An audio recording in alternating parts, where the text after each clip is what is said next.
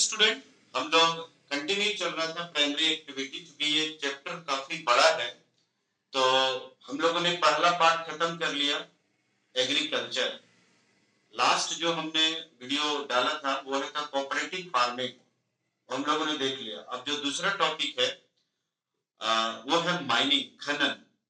ठीक है, खनन।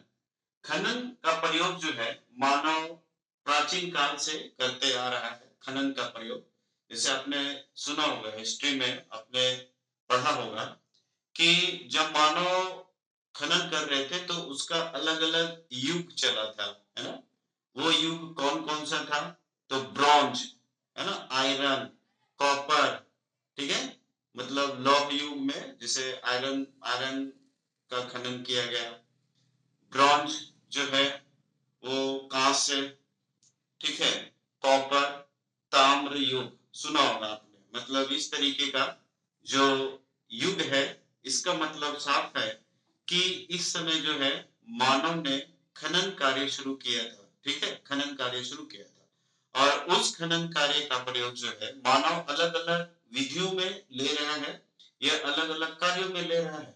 तो सबसे पहले हम लोग ये देखेंगे कि जो मानव है ना, मानव जब मिनरल्स का उपयोग करना एंशिएंट काल से शुरू किया, ठीक है, तो वो जनरली क्या था, किस किस चीज के रूप में ये प्रयोग करता था? जैसे टूल्स हो गए, टूल्स, है ना, जैसे छोटे छोटे औजार होते थे, है ना। इसके बाद यूटेंसिल्स, ठीक है, जो उपकरण हो गए।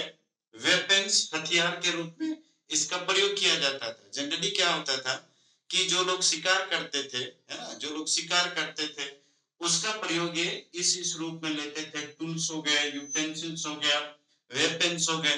तो जनरली खनन का प्रयोग करके जब मानव लोहा का, तांबा का या आपका कांस्य का जब इन्होंने प्रयोग किया, तो उसका अलग अलग हथियारों में, अलग अलग टूल्स में, अलग अलग वेपन्स के रूप में इन्होंने किया जाने लगा। ठीक है, इसके साथ साथ देखेंगे कि इसका एक्चुअल जो डेवलपमेंट था किसका, खनन का। जैसे खनन का प्रयोग अब धीरे धीरे क्या हो रहा है, धीरे धीरे क्या, लार्ज गति से इंडस्ट्रियल का प्रयोग में हो रहा है। इंडस्ट्रियल के रूप में हम लोग आयरन को गला के, मतलब आयरन मतलब लोहा को गला के हम लोग आयरन बनाते हैं, है ना, स्टील बनाते हैं। ठीक है, तो इस तरीके का प्रयोग जो है हम 1760 से, जब इंडस्ट्रियल एज शुरू हुआ, है ना, विश्व में इंडस्ट्रियल, जब इंग्लैंड में 1760 में इंडस्ट्रियल युग शुरू हुआ, मतलब कि औद्योगिकीकरण, है ना, औद्योगिकीकरण जो है 1760 में शुरू हुआ इंग्लैंड में। और एक्चुअल जो है डेवलपमेंट किसका, खनन का या मिनरल्स का, वो इसी समय से शुरू हुआ। ठीक है, 1760 से ही शुरू हुआ।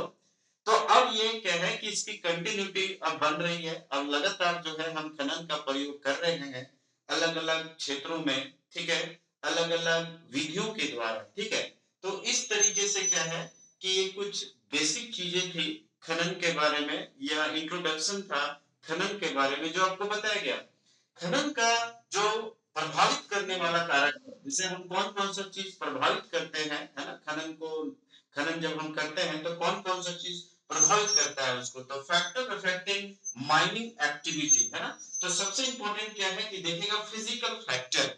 फिजिकल फैक्टर्स में हम देखते हैं कि जैसे जब कोई भी खनन कर रहे हैं तो वो कितने साइज में है ना, कि ग्रेड, ग्रेड का मतलब जैसे होता है ना, आप देखे होंगे कि जब हम आयरन ओर निकालते हैं तो हेमेटाइट, मैग्नेटाइट, लिमोनाइट, साइडेराइट, ये सब क्या है, एक तरीके का ग्रेड है ना, कि अच्छा लोहा अगर है तो हेमेटाइट, है ना, अगर खराब लोहा है तो साइडेराइट। तो अगर मान के चलिए एक लार्ज एरिया में साइडेराइट लोहा है, ठीक है, तो हम उस लोहा को निकालने के लिए जो हम कैपिटल एक्सपेंडिचर करेंगे, जो पूंजी लगाएंगे, वो तो बेकार हो जाएगा, क्योंकि घटिया लोहा का कोई ज्यादा यूज होता नहीं है। ठीक है, तो इंपॉर्टेंट ये है कि वो कितने बड़े साइज में है, वो ग्रेड किस ग्रेड का है ना, मोड ऑफ अकरेंस क्या है ना।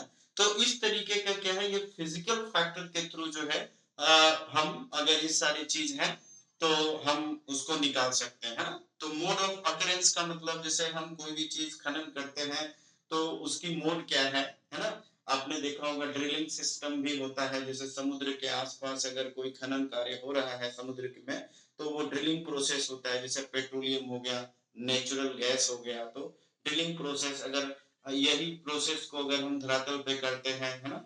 तो बहुत सारे जो है इंफ्रास्ट्रक्चर के थ्रू जो है हम वहां तक पहुंचते हैं, मतलब इंफ्रास्ट्रक्चर बहुत सारे मतलब अच्छे टेक्नोलॉजी के थ्रू जो है हम वहां पहुंचते हैं। अगर इंफ्रास्ट्रक्चर बेटर होगा तो हम मोड ऑफ ऑकरेंस भी क्या होगा, अच्छा होगा। अगर इंफ्रास्ट्रक्चर बेटर नहीं होगा, मतलब जैसे पर्वतीय क्षेत्र है, पठारी क्षेत्र है, ठीक है, तो वहां पर टेक्नोलॉजी का प्रयोग भी हम कम करेंगे, क्योंकि हमें ज्यादा पूंजी लग जाएगा निकालने के लिए, ठीक है ना?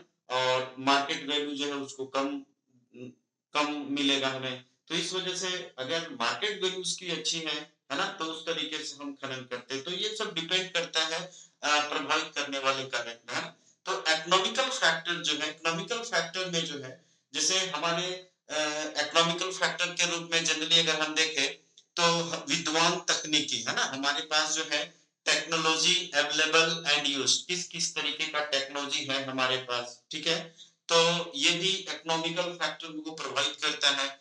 इसके अलावा जो है capital development, infrastructure and use, है ना, मतलब जैसे आप देखे होंगे कि अवसंरचना के विकास के लिए जो है हमारा इंफ्रास्ट्रक्चर, अगर बताया भी कुछ देर पहले कि इंफ्रास्ट्रक्चर अगर टेक्नोलॉजी तक पहुंचने लायक है, मतलब है ना, मैदानी एरिया है और वहां आसानी से हम टेक्नोलॉजी का प्रयोग कर सकते हैं एज कंपेयर टू प्लेट्यूज और माउंटेन्स के कंपेयर में, ठीक है? इसके साथ साथ क्या है कि यातायात जो है, कैपिटल जो है, मतलब लेबर एंड ट्रांसपोर्ट कॉस्ट भी काफी प्रभावित करता है ना? मतलब जैसे लेबर कॉस्ट का मतलब अगर मान के चलिए कि उसकी लेबर कॉस्ट काफी ज्यादा है तो हम माइनिंग करने से पहले सोचेंगे, ठीक है? इसके साथ साथ क्या है कि यातायात जो है, अगर वहां पर रोड की व्यवस्था है कि नहीं है, अगर हमने खनन किया, मार्केट तक पहुंचाने के लिए व्यवस्था है कि नहीं है, इंडस्ट्री तक पहुंचाने के लिए व्यवस्था है कि नहीं है। तो इस तरीके का ट्रांसपोर्ट मोड के रूप में भी हम क्या करते हैं, देखते हैं। मतलब जनरली क्या है, आपको क्या समझना है कि जब हम कोई भी इंडस्ट्री सेटअप करते हैं तो उसके लिए कुछ फिजिकल फैक्टर होते हैं कि अगर हम उस इंडस्ट्रीज को सेटअप कर रहे हैं किसी भी एरिया में, जैसे सपोज करो कि कोई भी इंडस्ट्रीज है यहाँ पर, है ना, कोई भी इंडस्ट्रीज है यहाँ पर, हम सेटअप कर रहे हैं, तो हमारी फैसिलिटीज क्या होनी चाहिए? अवेलेबिलिटीज ऑफ रॉ मटेरियल, अगर आसानी से हमको मिल पा रहा है, अवेलेबिलिटीज ऑफ वाटर, ठीक है, अवेलेबिलिटीज ऑफ कैपिटल, है ना, अवेलेबिलिटीज ऑफ ये market, availabilities of transport and communication, तभी तो हम इस एरिया में क्या कर सकते हैं, इंडस्ट्रीज को सेटअप कर सकते हैं। अगर मान के चलो कि इस एरिया में अगर यहाँ से अगर हम जम्मू कश्मीर से हम कोई रॉ मटेरियल ला रहे हैं झारखंड, ठीक है, उड़ीसा से हम क्या ला रहे हैं, उड़ीसा से हम श्रम ला रहे हैं, लेबर ला रहे हैं, ठीक है, ट्रांसपोर्ट की फैसिलिटीज बेटर नहीं है, तो क्या इंडस्ट्रीज डेवलप हो पाएगा? क्या इंडस्ट्रीज डेवलप नहीं हो पाएगा। तो कोई भी एरिया में हम इंडस्ट्रीज सेटअप कभी करेंगे जब इससे रिलेटेड चीज जो है वहां हमें आसानी से मिल रहा है, ठीक है?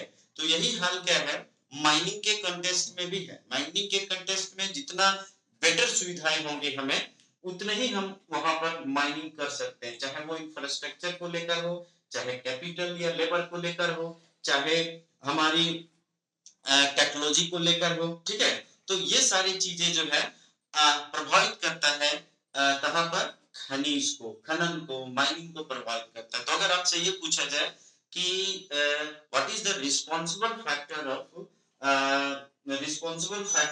अफेक्टिंग माइनिंग एक्टिविटीज, तो the right answer is first is physical factor. In this factor, responsible for what is the size of minerals, what is the which type of grades, which type of grade means high quality या low quality, जैसे I'm talking about iron ore, hematite and magnetite is a better qualities, ठीक है? तो इस तरीके का better qualities है कि नहीं है। Now the next one is economical factor, जो हमने अभी डिस्कस किया। तो ये चीज क्या है, हमें प्रभावित करता है। तो ठीक है, तो ये वीडियो में आपको ये कंप्लीट पता चला कि खनन किस तरीके से किए जा रहे हैं, उसको प्रभावित करने वाले कारक कौन हैं। और इसके इंट्रोडक्शन में आपको ये बताया गया कि जब मानव प्राचीन काल से जो खनन कार्य किया जा रहा था, तो वो कौन-कौन से युग के रूप में देखा गया, ताम्र युग, कांस्य युग, लौह युग, ठीक है। तो इस तरीके से इसकी इंपॉर्टेंस आपको बताया गया। ठीक है, तो आज के लिए इतने रखते हैं। Thank you very much.